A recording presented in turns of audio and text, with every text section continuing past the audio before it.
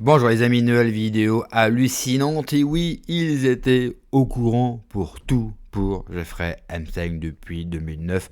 Comment? Eh bien c'est très simple, le majordome de Jeffrey Epstein lui-même a tenté bien sûr de revendre tous les documents qu'il avait en sa possession, sauf que le FBI l'a chopé et que le FBI bien sûr, comme vous le savez, n'a jamais rien dévoilé au grand public. Et j'aurais aussi également d'autres extraits qui montrent bien sûr que cela existe depuis bien longtemps. Mais juste avant bien sûr de voir l'extrait, n'oubliez pas comme d'habitude de vous abonner, le pouce, le commentaire, le boost de la vidéo. Et je me répète, j'ai été l'invité de Djongo sur sa chaîne et de KTV sur la sienne. J'ai été très honoré et j'ai pris beaucoup de plaisir à être reçu par ces deux personnes. Donc n'hésitez pas à aller voir mon passage sur leur chaîne et de laisser un petit commentaire. Ça serait super sympa et je remercie encore une fois tous ceux qui me font des dons sur Tipeee ou directement sur YouTube. Ça me fait chaud au cœur et cela va me permettre bien sûr de continuer mon travail. On regarde l'extrait et on en parle juste après. How are you? Me too. Come on in. How are you? Good. You have the documents? Who created this book? Epstein himself. I have it there, and also my computer, and just in case of power failure. He was very organized. He was supposed to have made this with every plane and everything. Just there's the computer who was radiated with water. First time in my life I saw that, to keep it cool, because they used to download pictures like this, just like that. What kind of pictures? Naked girls from Sweden, from Romania, from Czechoslovakia, from Brazil, from All Colombia. minors? All young girls? Very young, very young. Like when you say very young, how young are we talking? 16, 17. The teenagers, they have braces, most of them. Younger than that though? Yeah, yeah. And they used to go out to comedy shops or ice cream parlors or movies, a lot of movies. Because it was, paintings, ice cream and comedy and movies. Records that they would stay even if you erase them. I know I could erase them, say there's a... Ghislaine Maxwell was his former companion, a very powerful lady from England. She would go to the former Eastern countries in Europe and find girls for Epstein. And I knew that because I went with my wife. They used to have a computer so powerful, they used to have a water radiator to cool the computer because they used to download pictures like that so fast. Girls, she has nice breasts, she has this and that. You saw that stuff? Yeah. On the computer? Yeah. Pictures of girls? Mm-hmm. Were they naked and stuff like that? Yeah, I testify that.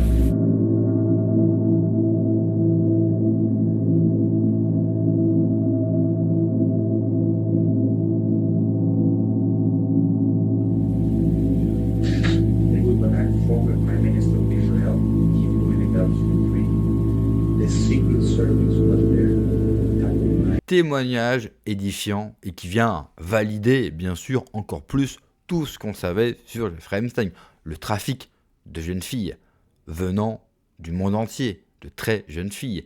On apprend aussi la présence bien sûr des services secrets auprès de Jeffrey Epstein. Il y a même le mot Israël mais il n'est pas doublé dans la vidéo. Et le FBI donc savait tout dès 2009, ils n'ont pas enquêté, ils ne l'ont pas arrêté, cela vient encore une fois, appuyé avec quasiment une certitude, que c'est une opération menée également avec la CIA et le FBI, bref, avec les services américains. Ce qui montre aussi l'horreur qu'est capable nos services de renseignement. Je m'explique. Que les services de renseignement piègent, éliminent, cela fait partie de leur job. Cela ne me dérange pas et j'irai même plus loin, c'est nécessaire pour protéger bien sûr chaque pays. Mais le problème, c'est que là, on parle de traite d'êtres humains et d'enfants. On parle de sacrifice, ça va beaucoup plus loin. Donc nos services ont protégé, ont mis en place, ont financé, ont laissé faire cela. Et c'est pour moi inacceptable. Et on devrait tout simplement également demander une enquête sur nos services, voire même les démanteler. Car pour moi, cela se réfère à de la haute trahison. Mais ce type d'affaire, bien sûr, n'est pas la première et cela remonte à très longtemps. Je vais vous passer un extrait d'une séquence folle qui est passée sur BFM.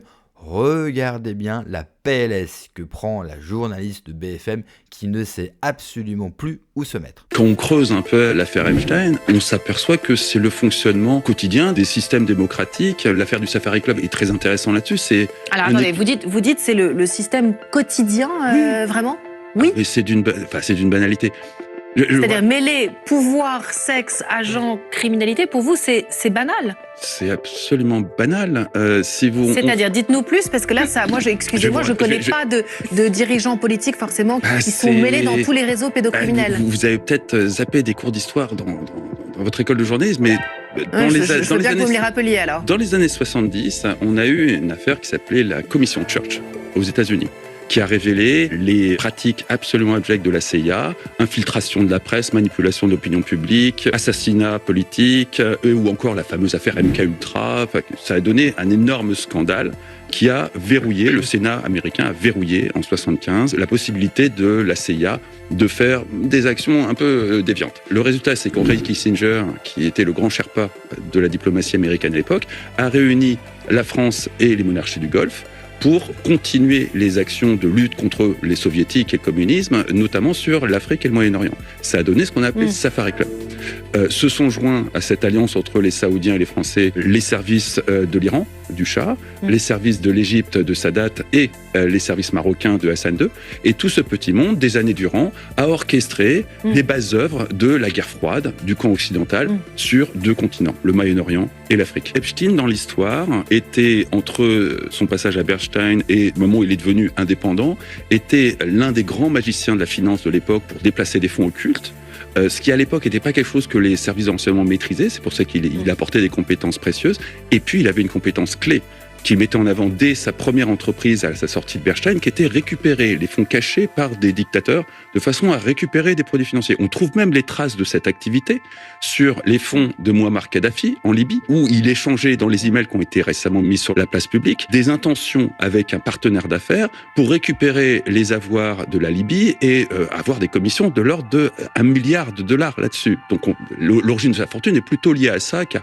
Donc vous arrivez à quelle conclusion, pardon ? Que c'est comme ça que fonctionnent des démocraties.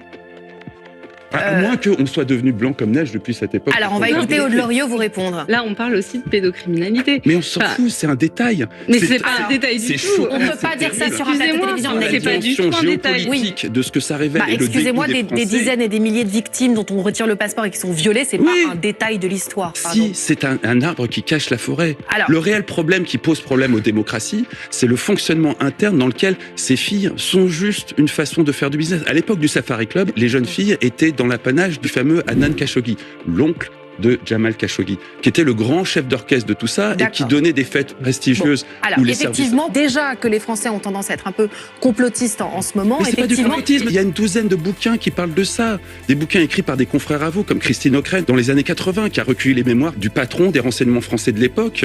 Bon, alors on va laisser la parole à Raphaël Grabli. Vous pensez effectivement, Raphaël, que ce système ne date pas d'hier, finalement ? C'est pas... Enfin, je suis un peu gêné par ce qu'il vient d'être dit. C'est de l'histoire, Raphaël. Alors, c'est dans les livres d'histoire ce que je viens de dire. Alors, je suis un petit peu gêné par ce qu'il vient de dire. Je comprends qu'il soit gêné. Après, attention à une chose. Ça ne veut pas dire que tout cela a toujours existé, qu'il faut bien sûr le cautionner. Normalement, nos services de renseignement, la police, la justice, sont faits pour éliminer ces menaces, aussi bien ces groupes que personne. Normalement, c'est le rôle de l'État qui, en silence, pendant que les gens normaux font leur vie, d'éliminer ces menaces et ces gens problématiques en silence. Le problème, c'est qu'aujourd'hui, et on s'en rend compte dans l'affaire Epstein, la justice, les forces de l'ordre, les services de renseignement, les États ont été cooptés depuis très très longtemps par des grandes familles, par des grandes puissances financières, et on se rend compte que nos gouvernements et que l'État a été dévoyé, parce que c'est pas forcément l'État en lui-même, mais nos gouvernements en fait. Les hommes et les femmes qui font partie de nos élites ont été cooptés par des grandes puissances. Et c'est encore plus facile dans des pays occidentaux et dans des pays démocratiques, parce que nous avons beaucoup de personnel, parce que plus vous avez de monde, plus vous avez de la chance, bien sûr, Dans corrompre, c'est beaucoup plus dur avec des pouvoirs autoritaires où vous avez quasiment qu'une tête. Je vais prendre l'exemple d'un ministre en Chine il y a quelques jours qui s'est fait choper pour corruption.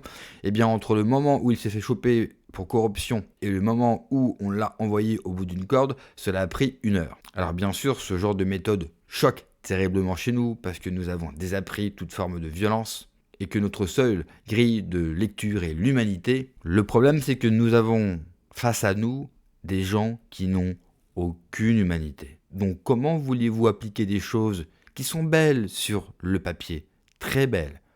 Comment voulez-vous appliquer ces choses-là à ces monstres? Parce qu'il faut les appeler tels qu'ils sont.